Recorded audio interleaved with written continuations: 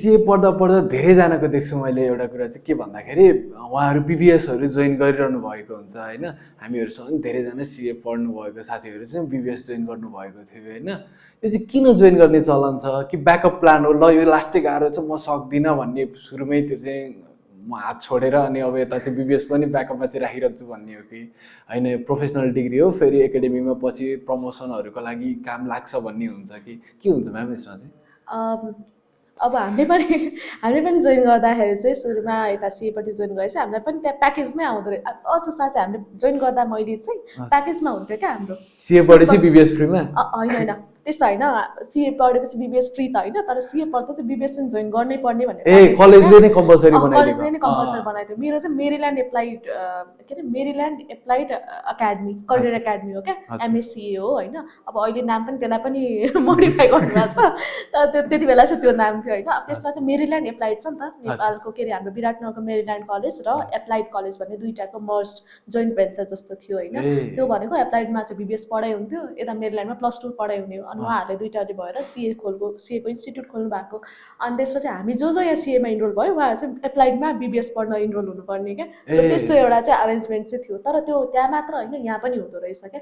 So यो चाहिँ कस्तो हुन्छ भन्दाखेरि प्रोफेसनल र एकाडेमिक कोर्स तपाईँले अघि भने जस्तै प्रोफेसनल कोर्स त सिए भइहाल्यो, तर त्यो सँगसँगै एकाडेमिक कोर्स एकाडेमिक साइडबाट चाहिँ यतापट्टि बिबिएस पनि गरौँ भन्ने खालको हुन्छ होइन। कसैलाई चाहिँ जोइन गर्छु भनेर गरेर हुन्छ, तर यो प्र्याक्टिस नै छ क्या, चलिआएको चलन चल्ती नै भनौँ न होइन। सो जोइन गरि नै रहेको हुन्छ। अब त्यो गर्दा बेनिफिट के भयो भन्दाखेरि यता ब्याचलर्स पनि सकिँदै जान्छ, सिए पनि यता सक्यो होइन साइड बाई साइड।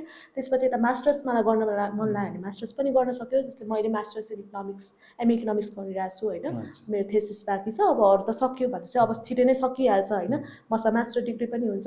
र भ्याकेन्सिजहरू हेर्नु भने त्यहाँ पनि अब एउटा जुन क्वालिफिकेसन हुन्छ त्यसमा सिए अनि with BBS or with masters त्यस्तो खालको एउटा आइरहेको हुन्छ कि। सो त्यो पनि एउटा भनौँ न मार्केटमा भएको हिसाबले चाहिँ यो दुइटै पढ्दा चाहिँ सजिलो हुन्छ। ब्याकअप प्लान हो एउटा काइन्ड अफ होइन, कसैलाई चाहिँ ब्याकअप प्लान अनुसार लिनुहुन्छ। तर डे 1मा सिए जोइन गर्दाखेरि म फेल हुन्छु म छोड्छु भन्ने खालको माइन्डसेट बसेको पनि हुँदैन। तर कतिले चाहिँ मसँग जोइन गर्ने मेरो एक्सपिरियन्समा चाहिँ मसँग जोइन गर्ने धेरै साथीहरू साइन्स पढेर आउनुभएको थियो क्या। अब साइन्स पढेर आएर सिए सक्दैन भनेर हुँदैन होइन, झन् उहाँहरू त झन्डै मिहिनेत गरेर आएको। अझ भन्छन् नि म्यानेजमेन्टकाले खासै मिहिनेत गर्दैनन् +2मा तर साइन्सकोले गर्छ होइन। त्यो भन्दै गर्दा साइन्सकाहरू मिहिनेती नै हुन्छन् क्या बाई डिफल्ट नै भनौँ न होइन। सो उहाँहरूले त्यो सक्दैन भन्ने हुँदैन। तर कतिले चाहिँ के भन्नुहुन्छ भने साइन्स पढेर आयो अनि त मेडिकल जाने कि यता जाने भनेर सिए पनि जोइन गरेर हुन्छ क्या। धेरै मेरो साथीहरूले गरेको थियो।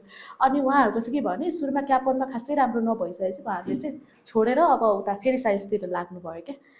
त्यो भन्दै गर्दा चाहिँ त्यति बेला उहाँहरूले बिबिएस पनि जोइन गर्नुभएको थियो। सो बिबिएसलाई कन्टिन्यू गर्नुभयो कतिजनाले, र कतिजना चाहिँ क्याप 2देखि बिग्रियो अनि होइन त्यसपछि ड्रप आउट भएपछि त्यति बेला पनि बिबिएसतिर जानुभयो। सो एउटा पोइन्ट अफ टाइममा चाहिँ ब्याकअप जस्तो चाहिँ हो, तर सुरुमै चाहिँ ब्याकअपै भनेर चाहिँ जोइन गरेर चाहिँ हुँदैन जस्तो लाग्छ मलाई चाहिँ पर्सनली भन्नुपर्दा।